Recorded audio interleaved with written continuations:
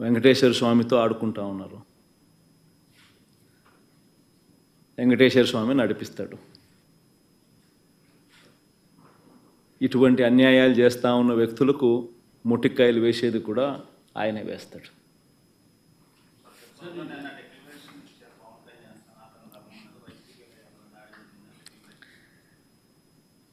సనాతన ధర్మం అంటే ఈ మనిషికి తెలుసా? ఫస్ట్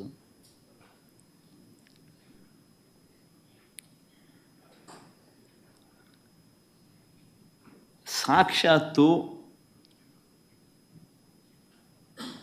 నువ్వు ఆ కూటమిలో ఉన్నావు. సాక్షాత్తు చంద్రబాబు నాయుడు నీ కళ్ళ ఎదుటే ఈ తప్పు చేసినాడు. తప్పు అని నీకే కాదు, సామాన్యునికి 6 ఏళ్ల పిల్లోనికి కూడా కనిపిస్తూ ఉంది, నీతో సహా.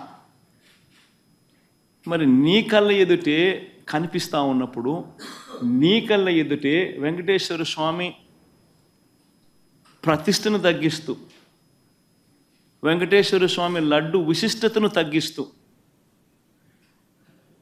కావాలని దుర్బుద్ధితో రాజకీయాలతో రాజకీయ లబ్ధి పొందేందుకు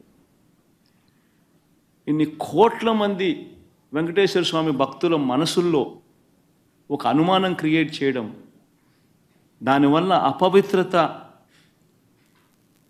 తిరుమల తిరుపతి దేవస్థానానికి, తిరుపతి లడ్డు విశిష్టతకు తగ్గిస్తూ జరిగినప్పుడు అందులో నువ్వు కూడా భాగమై,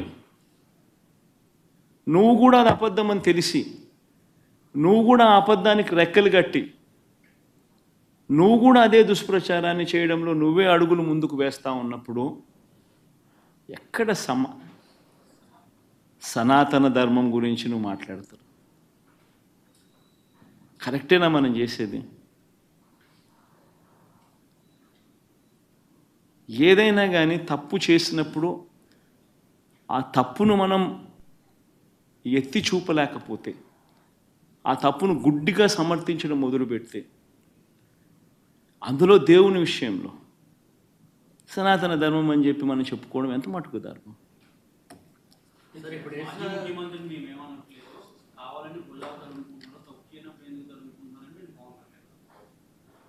తప్పు చేయలేదు కాబట్టే గట్టిగా ఇవన్నీ ఆధారాలతో సహా చూపిస్తూ ఉన్నారు.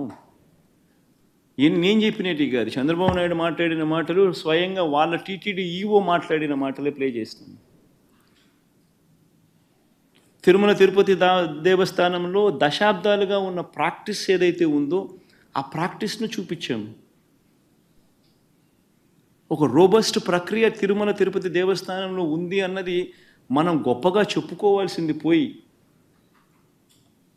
మన లడ్డు విశిష్టతను మనం గొప్పగా చెప్పుకోవాల్సింది పోయి, మనంతటి మనమే మన గుడిని, మన స్వామివారిని, మన లడ్డు విశిష్టతను మనమే తగ్గించుకుంటూ మనమే మాట్లాడడం, ఒకవైపు నా మాటలన్నీ మాట్లాడుతూ మనమే సనాతన ధర్మం అనడం ఏ రకంగా ధర్మం అది? చంద్రబాబు